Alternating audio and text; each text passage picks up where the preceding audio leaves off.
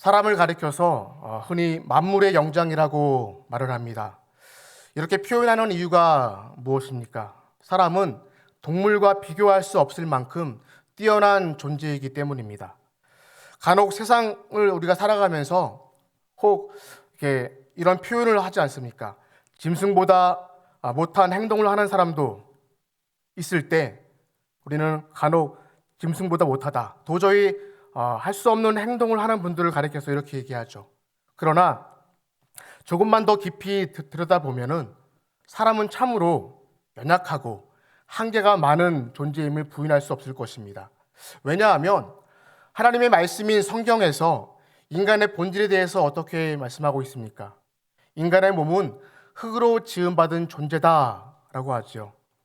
우리의 몸은 흙으로 지음받은 존재이기 때문에 연약하고 유한한 존재라는 것이죠. 강철처럼 단단하지 못하고 시간이 흐를수록 여기저기 고장이 나기 시작합니다. 예전에는 아무렇지도 않던 이 몸이 어느 순간부터 아프고 눈은 침침해지고 귀가 잘 들리지 않아서 나도 모르게 실수하는 일이 자주 일어나게 되는 것이죠. 그럴 때마다 마음이 철렁이는 것이죠. 예전에는 이렇지 않았는데 왜 점점 약해지는 걸까? 이런 생각을 하면서 마음이 우울해지는 것이죠. 이 우울한 마음이 점점 쌓이고 쌓여 긴급 조치를 하지 않자 갑작스럽게 질병이 찾아오게 되고 마치 인생이 끝난 것처럼 깊은 절망에 빠지기도 합니다. 그런데 이 지점에서 곰곰이 생각해 봅니다. 만약 인생이라는 것이 그렇게 허무하게 끝난다면 가장 안타까운 사람은 그리스도인이 아닐까 생각을 해보게 되는 것입니다. 사도 바울이 이렇게 고백했죠.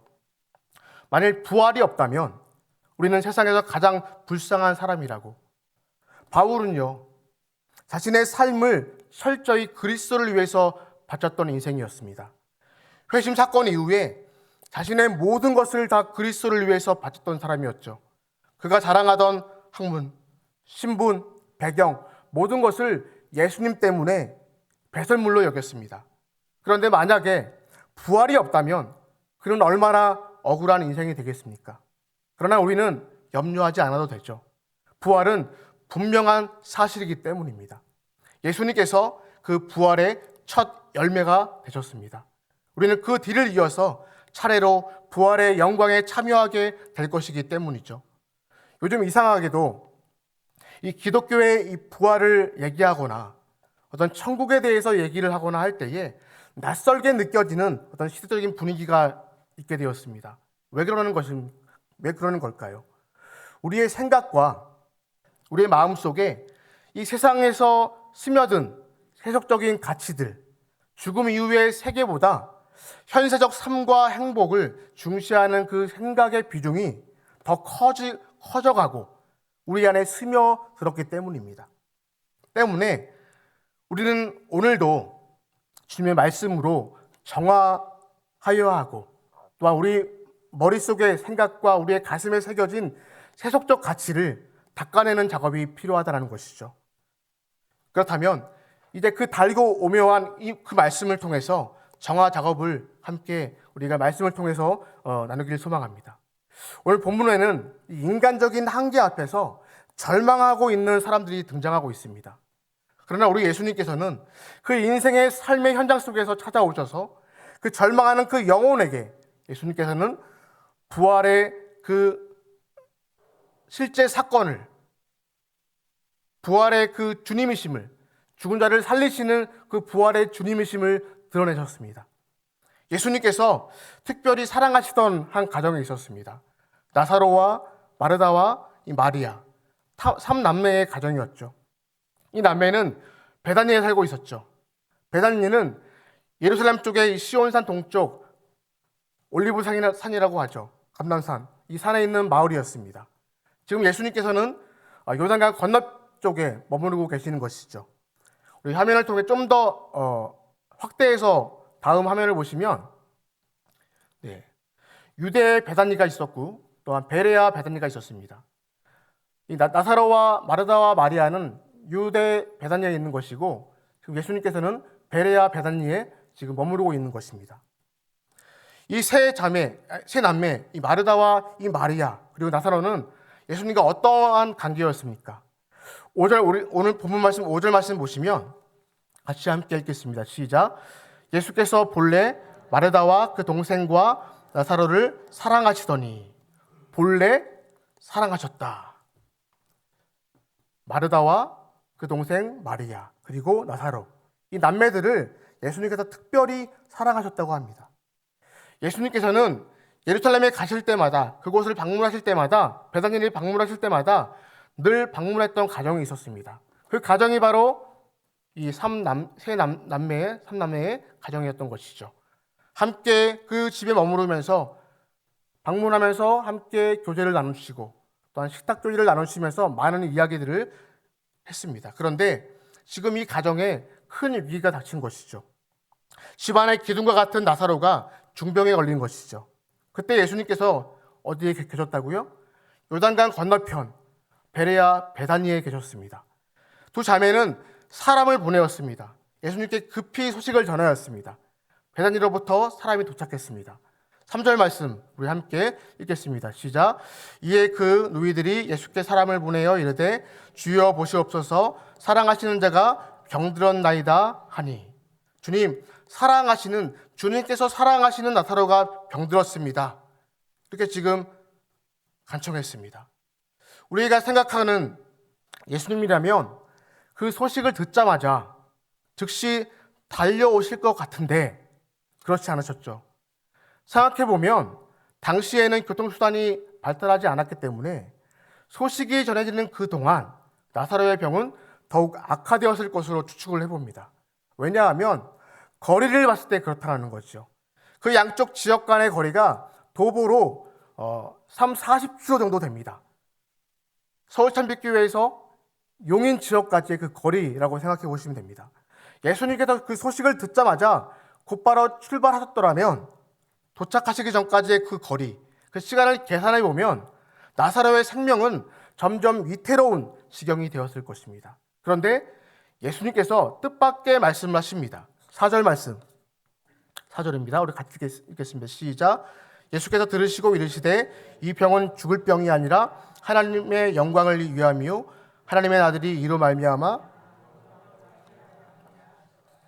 이 병은 죽을 병이 아니라 하나님의 영광을 위한 것이다. 죽을 병이 아니라 하나님의 영광을 위한 것이다. 하나님의 아들이 이 일로 영광을 받게 될 것이다. 제자들은 지금 그 말을 듣고요 안도했을 거예요. 한편으로. 왜냐? 죽을 병이 아니라 하셨으니 곧 낫겠구나. 그런데 예수님은요 곧바로 베다니로 출발하지 않으셨습니다. 그 있던 곳에서 이틀을 더 머물렀습니다. 6절 말씀 보십시오. 같이 읽겠습니다. 시작. 나사로가 병들었다함을 들으시고 그 계시던 곳에 이틀을 더 유하시고. 예수님이 이렇게 태평하시니까 제자들도 걱정 없이 그 자리에서 이틀을 함께 머물렀습니다. 그런데 그 이틀 기간 동안 나사로는 운명을 했습니다. 14절 말씀 같이 읽겠습니다. 시작. 이에 예수께서 밝히 이르시되 나사로가 죽었느니라. 이 가정을 예수님께서 정말 특별히 애정하시는 가정이었습니다. 그런데 본문의 정황상 예수님의 반응은 냉담하게 보입니다. 이틀을 더 머무르는 사이에 나사로가 죽게 되었습니다. 여러분 이 상황을 어떻게 봐야 할까요? 예수님께서 이 병은 죽을 병이 아니라 하셨는데 나사로가 지금 죽었습니다. 예수님이 거짓말을 하신 것일까요? 예수님께서 이렇게 말씀하신 이유가 여러분 무엇입니까? 사람은 육체의 한계에 갇혀서 육체가 죽으면 끝이라고 생각하죠. 하지만 결코 그것으로 끝이 아니다. 내가 사랑하는 나사로를 통해서 이것이 끝이 아님을 보여주겠다라는 그 예수님의 본 뜻이 담겨져 있습니다. 이틀 후에 예수님께서는 제자들에게 다시 유대 지방으로 가자라고 말씀하시죠. 7절에서 유대 지역 베다니로 가자는 뜻이죠. 그런데 이때 제자들이 유대 지역 베다니로 가시는 것을 어떻게 했어요? 찬성했습니까? 반대했습니까? 반대했습니다. 8절 말씀 보십시오. 같이 한번 읽겠습니다. 시작. 제자들이 말하되 랍비여 방금도 유대인들이 돌로 치려 하였는데 또 그리로 가시려 하나이까. 유대인들이 예수님을 만나면 죽이려고 한다는 것을 이미 알고 있었습니다. 그렇죠?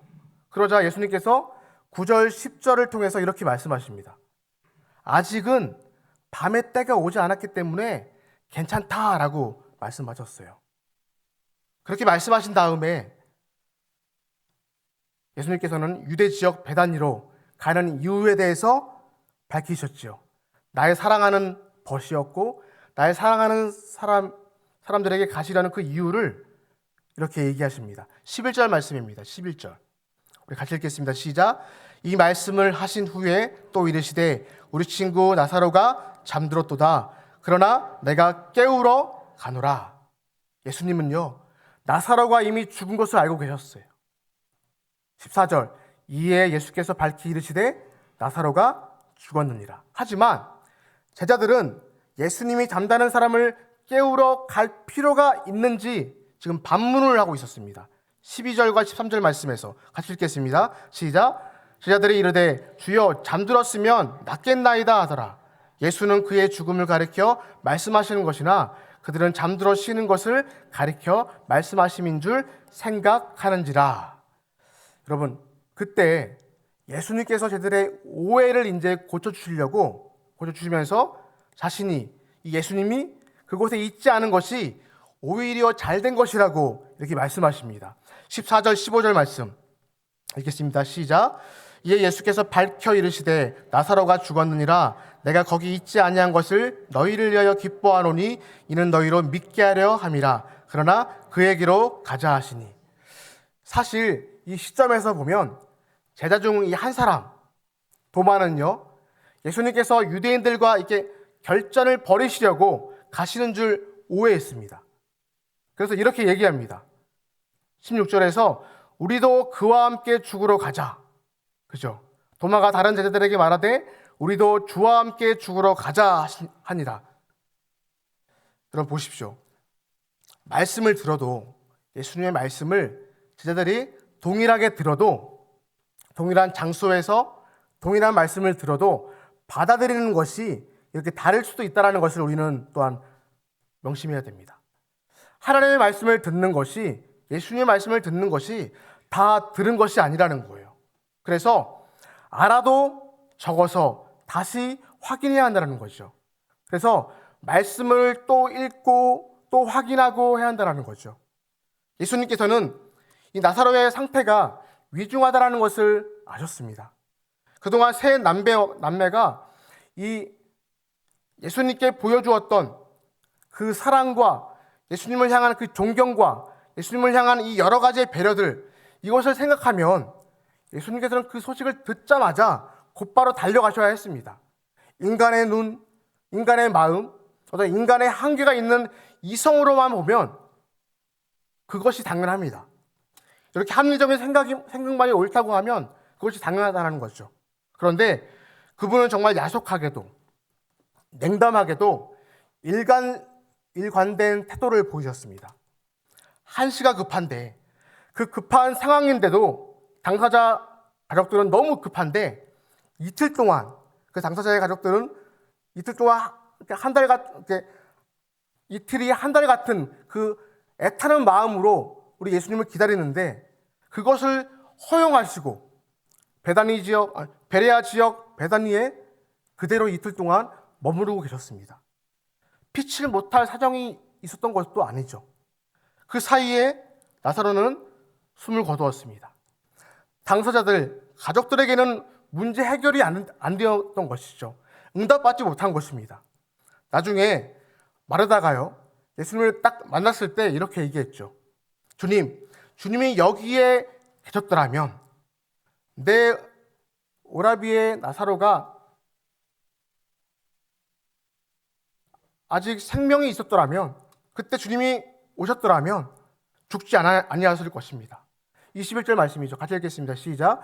마르다가 예수께 여짜오되 주께서 여기 계셨더라면 내 오라버니가 죽지 아니었겠나이다. 예수님께 예의를 지키느라고 정말 애쓴 흔적이 보이죠.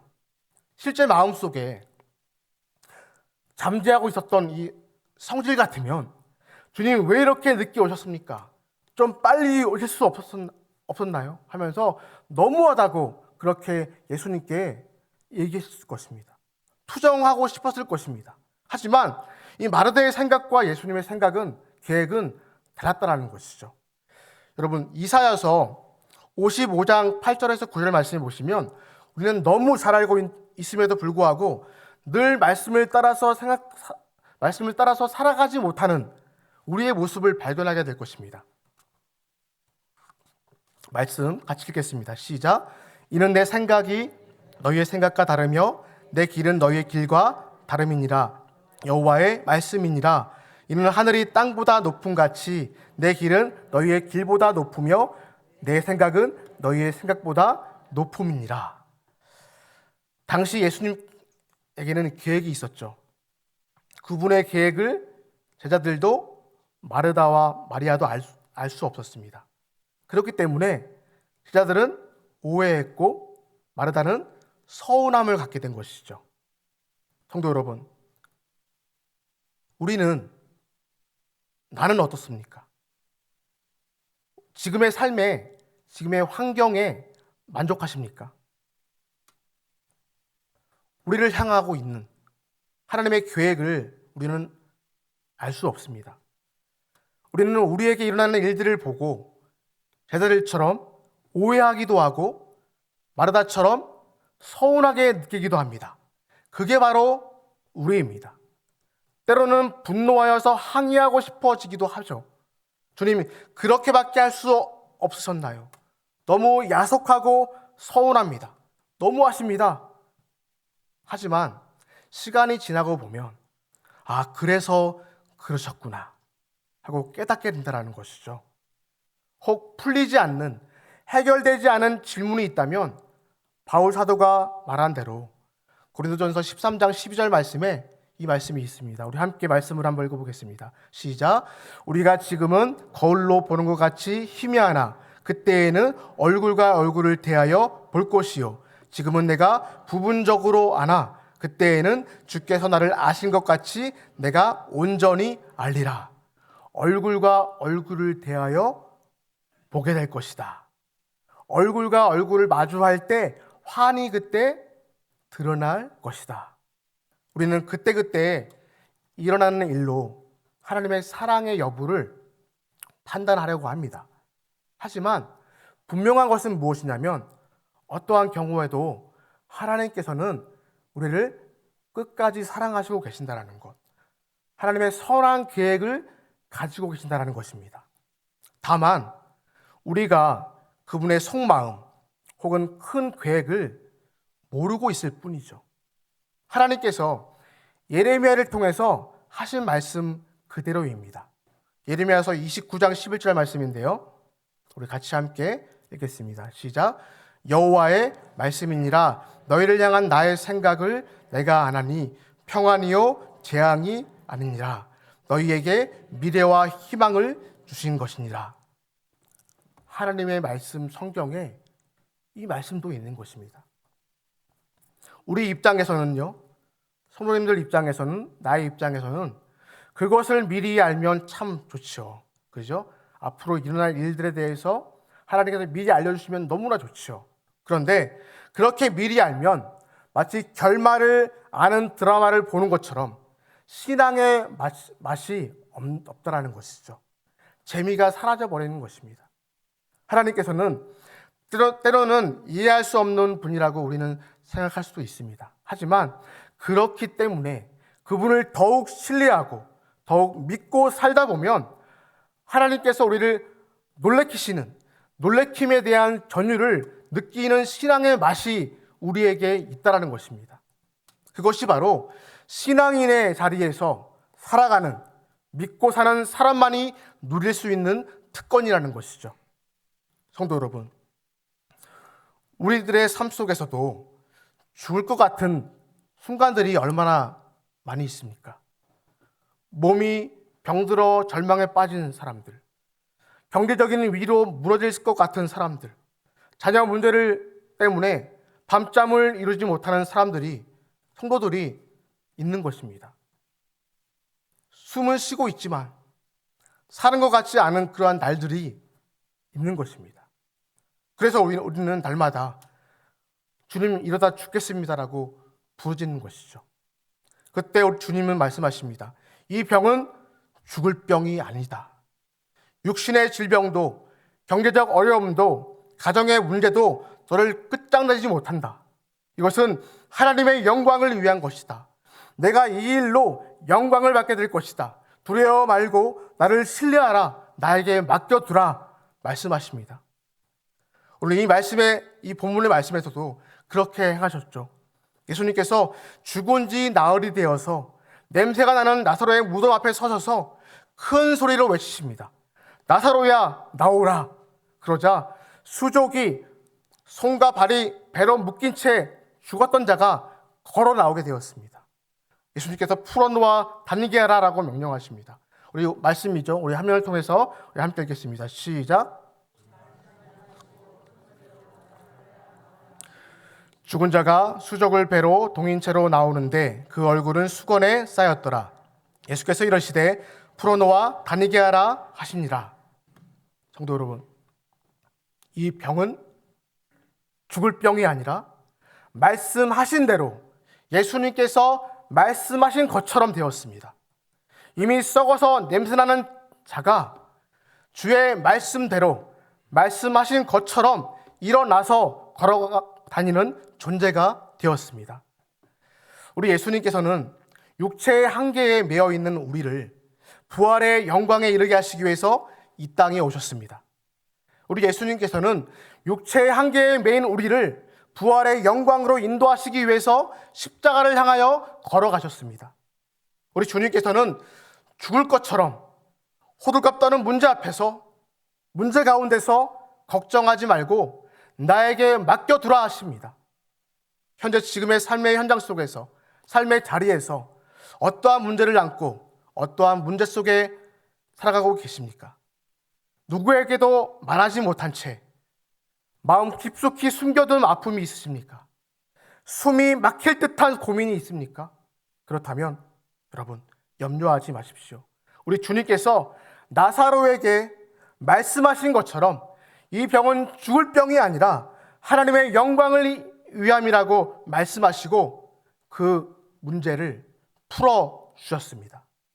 그 주님을 신뢰하십시오. 그 주님을 의지하십시오. 믿음으로 하루하루의 삶을 걸어가시기 바랍니다. 그러므로 부활의 주님을 신뢰하면서 우리에게 주어진 오늘과 내일 그리고 미래의 한날 한날들을 담대하게 신앙인답게 당당하게 살아내는 저 여러분 되시기를 주의 이름으로 소망합니다.